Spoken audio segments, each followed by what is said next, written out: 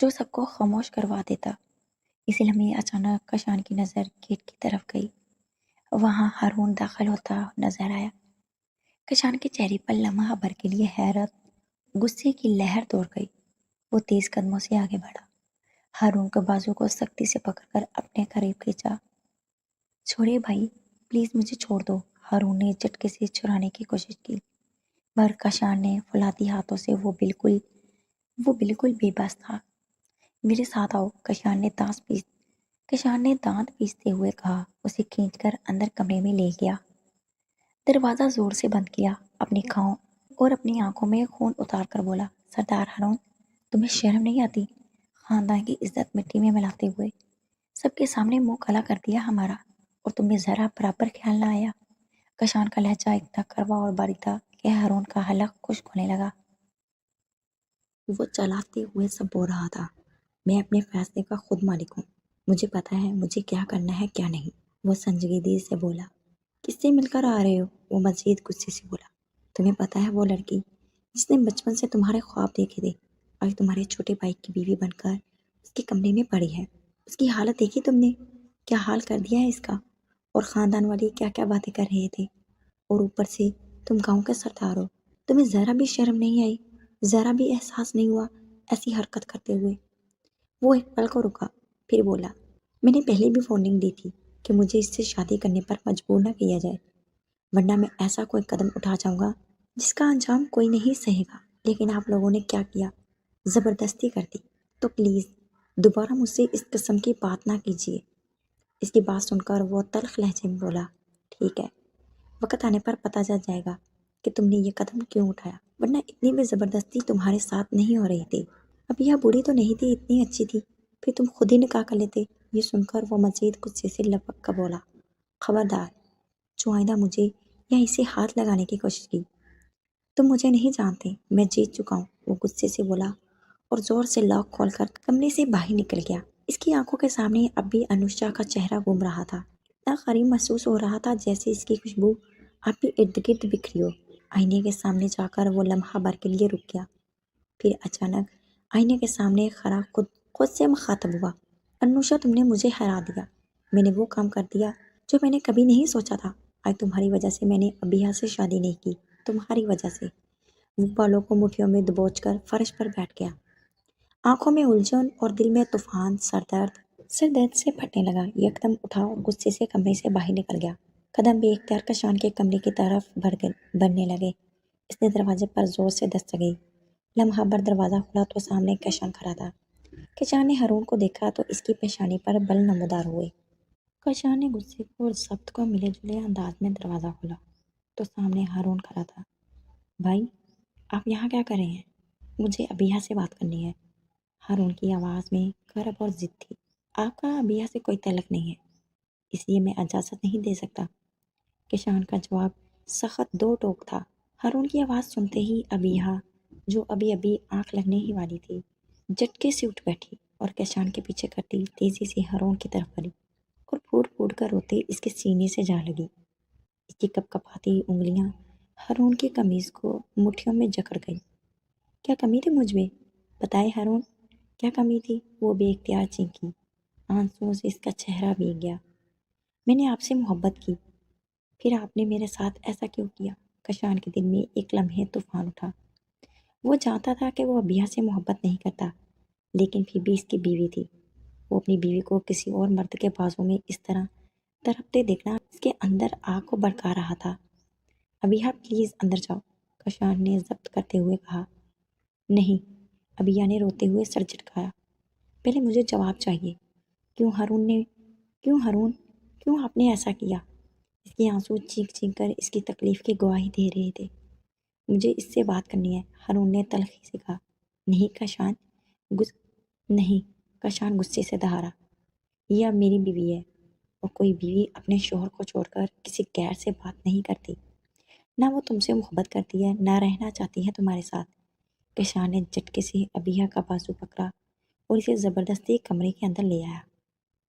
ابیہ ٹوٹے دل اور آنسوؤں کے ساتھ معذرت مزاحمت کرتی رہی، مگر کشان نے دروازہ زور سے بند کر دیا۔ اگر اس کو آپ سے اتنی ہی محبت ہوتی، اتنا ہی پیار ہوتا تو وہ شادی چھوڑ کے نہ جاتا۔ وہ غصے سے چلایا۔ ابیہا سہم کر رہ گئی۔ غصے سے دروازے پر مکہ مارتا وہ اپنے کمرے کی طرف چلا گیا۔ انوشا آئینے کے سامنے بیٹھی کمرے کی خاموشی میں بس اس کی دھڑکن گونج رہی تھی۔ ابھی تک وہ ہارون کے قربت میں لمس اس کی روح میں تیر رہا تھا، جسے وہ لمحہ وقت کی قید سے آزاد ہو کر ہمیشہ کے لیے اس کی روح میں اتر گیا ہو۔ وہ کانپتے ہاتھوں سے اپنی گردن کو چھونے لگی، جہاں اس کے لمس کا نشان ابھی تک موجود تھا۔ ایک نرم سے سنسناہٹ دل سے گزر کر وجود میں پھیل گئی۔ آنکھوں سے بے اختیار آنسو بہنے لگے، لیکن ان آنسوؤں میں خوف کم، ایک عجیب سی لذت زیادہ تھی۔ میں نے یہ کیا کر دیا؟ وہ خود سے سرگوشی کر رہی تھی۔ یہ قدم مجھے نہیں اٹھانا چاہیے تھا۔ اگر بابا اور بھائی کو خبر ہو گئی تو اس کا سانس تیز ہو گیا۔ مگر فوراً ہی ہارون کی آنکھیں اس کی شدت سے بڑی نگاہوں یاد آئیں۔ ان نظروں کا طوفان جو انوشا کو مکمل طور پر بہہ لے گیا تھا۔ اس کی جھنجھلاہٹ، اس کا جنون، اس کے قریب آنے کی شدت، جیسے سب کچھ تقدیر کے ہاتھوں میں لکھا جا چکا تھا۔ اگر تم میری قسمت میں ہوتے تو یوں میرے دل میں نہ اترتے۔ وہ مدھم سی مسکراہٹ کے ساتھ آئینے میں اپنا عکس دیکھنے لگی۔ اس کے ہونٹوں پر ہلکی سی کپکپاہٹ تھی۔ وہ لمحہ یاد کر کے اس کی پلکیں بوجھل ہوئیں۔ وہ ایک سرور سا پھیل گیا۔ اس کے دل کی دھڑکنیں بار بار ایک حقیقت کی تصدیق کر رہی تھی کہ ہارون کے بغیر وہ ادھوری ہے۔ وہ آنکھیں بند کر کے آہستہ آہستہ پچھلی دیوار پر ٹکا گئی۔ اس کے وجود پر ایک عجیب سی سرسیاہی چھا گئی، گویا وہ خود سے لڑتے تھک گئی تھی، اب دل کی قید میں ہی سکون تلاش کر رہی تھی۔